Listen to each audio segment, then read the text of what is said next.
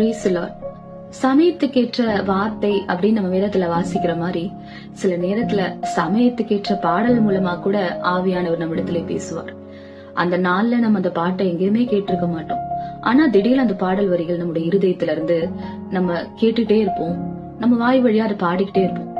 அப்படி இந்த நாள்ல ஆவியானவர் எனக்கு 2 வரிகளை ஞாபகப்படுத்திட்டே இருந்தார்.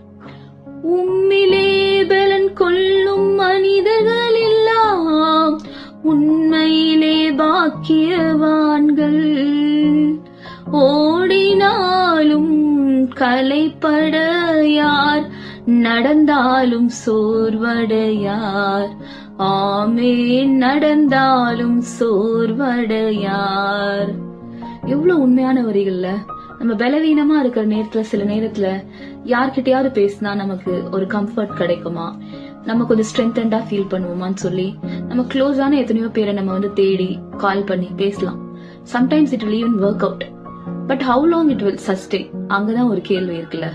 திரும்பவும் ஓடுற மாதிரி இல்ல நடக்கிற மாதிரி ஒரு சூழ்நிலை வரும் பொழுது நம்ம மீண்டும் களைப்படைவோம், மீண்டும் பலவீனம் அடைவோம். ஆனால் கர்த்தருடைய சந்நிதியிலே காத்திருந்து அவருடைய சமூகத்துல ஒரு பலன் கிடைக்கும்ல, அந்த பலன் நம்மள சஸ்டெயின் பண்ணும்.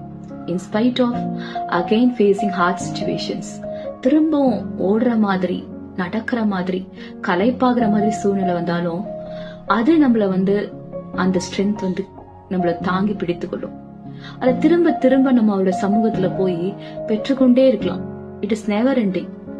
சோ நம்முடைய இன்னைக்கு அந்த பாடலை நான் பாடிட்டே இருக்கும் பொழுது எனக்கு கிடைச்ச ஒரு செய்தி அதுல இருந்து என்னன்னா, ஆவியானவர் என்னிடத்துல பேசினது தேவ சமூகத்தில இருந்து பலனை பெற்றுக்கொள்வதுதான் நம்முடைய முதல் ப்ரையாரிட்டியா என்னைக்குமே இருக்கணும்.